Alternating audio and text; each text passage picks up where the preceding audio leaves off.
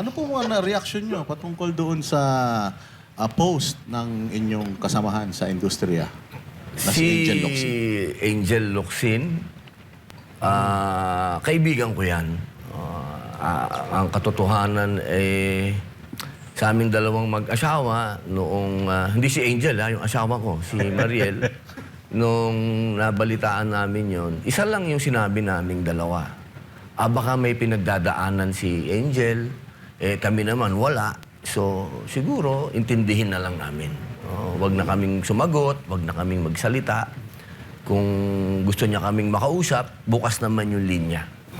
Pero, Sen, matindi yung kanyang binitawan, di ba? Na sinasabi niya, nakasama niya kayo, at kayo naman, aminado kayo na there was a time na naging NPA kayo. Komunista. Oo, Saktong sinabi nagbundok kayo. So, nung kasama niyo ba siya, ay kasama niyo siya doon sa bundok? Mabigat yan. Hindi. Ano yan, ang istorya kasi niyan, noong 1995, winanted ako ng gobyerno, kung naalala po ninyo. Biglang lumabas yung warrant of arrest. Siyempre, bata po ako noon, hindi ko maintindihan kung bakit ako may warrant of arrest. Tumakbo ako ng Bicol, ng Camarines Norte. Hinabol pa ako hanggang doon. May mga dumating na CIDG doon. So parang pakiramdam ko, serious yata itong mga ito na kulong ako. Wala akong choice. Umakyat ako sa bundok. Nung umakyat ako sa bundok, siyempre ang nadatnang ko doon, yung mga NPA. Yung mga NPA naman, na inasikaso naman ako.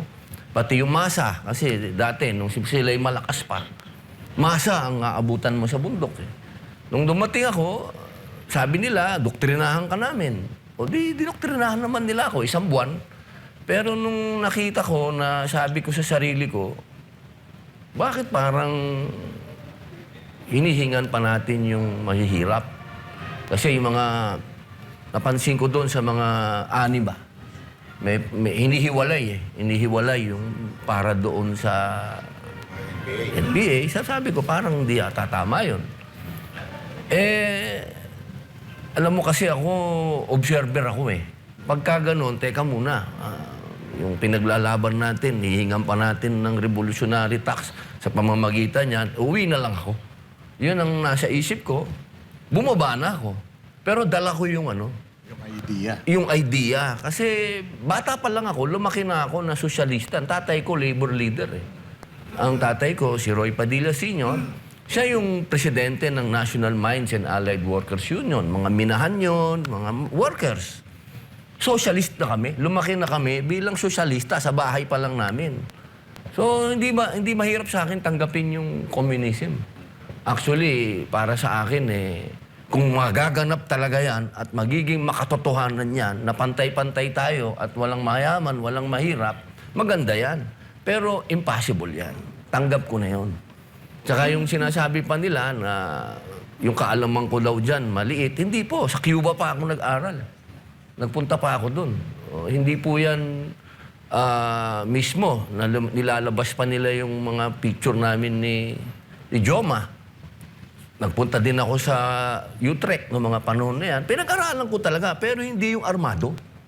Never kong tinanggap na kailangan tayong mag-armas kasi tapos na si Bonifacio Nakuha na natin yung freedom. Ang pakikibaka natin ngayon, kahirapan, hindi kapwa Pilipino. Kailangan natin makidigma sa kahirapan, hindi sa kapwa Pilipino. Kasi kalokohan yung may gobyerno na tayo, ibabagsak natin yung gobyerno para magtayo tayo lang panibagong gobyerno. Kumbaga, nasa 3rd floor na tayo. Gusto nyo, bumaba pa tayo uli ng 1st floor. Kalokohan yun.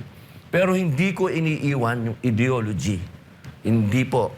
Kahit na magalit kayong lahat, kahit mga kaibigan ko magalit kayo, pasensya na kayo. Kasi ang mga unang Kristiyano, nasa Biblia yan, pag binasa nyo sa Acts. Andyan yan, sinasabi na tayo ay pantay-pantay. Kung ano yung meron ka, ibigay mo. Sa Islam, ganyan din po. Kung anong meron ka, ibigay mo sa kapwa mo. Anong masama doon? So yun yung konteksto nung sinasabi yun na kayo po ay communist. Opo. At kaya ko po nasabi din yon nung minsan ay sa pagdinig, wag na natin pag-usapan po yung kung ba't ko lang nasabi. Kasi alam ko nga yung history.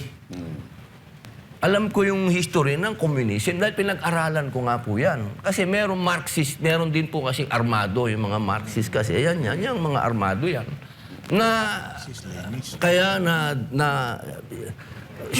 si Lenin kasi ginawa niya si Marxist ba?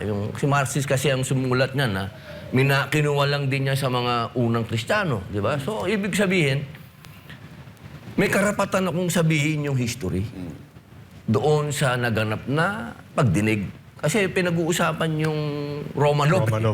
So, paano kung hindi na ako makatiis? Kailangan na ako magsalita. Kasi, palagay ko, naliligaw eh. Ayoko naman maligaw. At nung nangyari yan, yung kwentuhan ninyo ni Angel Locsin, bakit napagkwentuhan nyo yan? Yung experience mo na yan? Kasi naging very close kami ni Angel sa usapin ng martial artist kasi yan. Nag-aaral siya ng martial arts. So, siyempre, nagkukwentuhan kami. Nung panahon na yun, Gabriela siya eh. Nung Gabriela siya. So, sinasabi ko sa kanya na leftist ako. Kasi wala namang masama kung leftist ka. Anong ikatatakot mo kung leftist ka? Ang masama kung ikaw ay may dalang barel. Yun ang problema. Actually, wala na tayong anti-subversion law. Ayan, Na-repeal na yun eh. So, miski komunista ka, sosyalista or anything, walang illegal doon. Huwag ka lang maglalaban sa gobyerno, magdadala ng armas. Yung tatay ni Senator Robin, natatandaan ko, isa sa mga membro ng Batasang Pambansa noong araw na kami ni Doy Laurel ang siyang kumuha sa tatay niyang maging kandidato laban kay Marcos, laban sa diktadurya. No? And napakatapang ng tatay niya, tatandaan ko.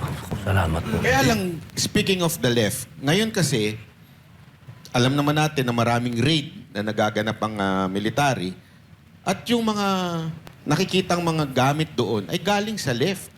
So sa tingin niyo po ba, medyo umiwas na o nawala na dun sa tunay na layunin ng komunismo itong mga makakaliwa ngayon at humawak na sila ng armas? Ano kasi yun eh, yung Marxist kasi, yung mga Leninist, meron silang armadong, may aspect ng armadong pakikibaka. Ang pakiusap lang natin doon sa mga leftist ngayon, ako bilang mambabatas na pareho nila, iwasan natin na yung ganong armadong Kasi huwag kayong magtago.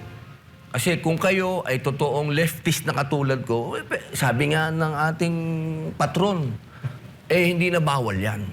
Bakit kailangan kong magtago? Ang bawal yung sumusuporta kayo diyan sa armado. Kasi nga maawa na kayo, 50 years na yan. Wala naman nangyayari. Tsaka alam nyo, dito po sa Southeast Asia, tayo na lang po ang may rebellion. Parang naman yan, masyado na tayong paatras. At iimbestigahan daw po kayo, ha? May balitang ganun na parang planong imbestigahan or paimbestigahan ni Gibo Teodoro si Senator Robin dahil dun sa kanyang communist remark. Sumulat na po ako. Nangyari na po yun. Sinulatan na po ako ng AFP. Sumulat na rin po ako pabalik sa kanila. Pinaliwanag ko po yung akin. Katulad po ng sinabi ng ating patron na hindi na yan bawal. Panahon ni FBR, yan ang unang-una niyang ginawa. Bar top notcher pa man din si Gibo. I mean, he should know that. No? Na wala na, na-repeal na yung anti-subversion law. Bakit kaya sila Franz Castro ayaw niyang... ayaw niya pahuli, no? Marami kasing nagtatago pa eh. In denial, ika nga, Senator. Yun nga po ang pakiusap ko sa kanila. Huwag nilang ikahiya kung ano man yung ideology nila. Ang ikahiya nila, yung hindi man ako nagsasabi na pronta silang ganun, na sumusuporta sa armado, pero kung sila ay totoong leftist, huwag kang mahiya. Isa yan, Proud ka dapat. Isa yan sa mga issue. May pangalawa pa. Ako, mas matindi to. Mas matindi to. Bago natin, marami tayong itatanong. Pero bago tayo pumorma, araw nga to eh. Sige, Coach may Johnny. request lang ako. Ano? Total, para mabigyan natin ng pagkakataon yung kanyang kaibigan na makapagsalita, imbitahin din natin. Pwede. Oo, si Angel Locsin. Oo, pwede. Baka lang, nanonood. Pwede natin imbitahin. Pero, Ako nakakausap. Ikaw na. Ako na ako. Magkami ako. Kakagulo Maiintindihan lalo. ka ba? Yun ang tanong. Nung kami I-text mo na lang, ha? Nung kami nakikita, schoolmate ko sa FEU. Si Angelo. Ayaw may kwento. Angelo, ako na lang kakausap sa atin mo, ha? Walang kang boyfriend yan. Tsaka ito Asawa, loko-loko. Ano asawa naman yan? Oo, walang iya ka talaga. Tsaka ito parang nagdududa siya na si Pastor ay son of God. Naniniwala ako na lahat naman tayo ay son of God. So baka gusto natin imbitahin si si Angel Locsin na makipag-usap kay Pastor Apollo Kibuloy para may paliwanag ni Pastor Apollo Kibuloy kung bakit siya tinatawag ganon.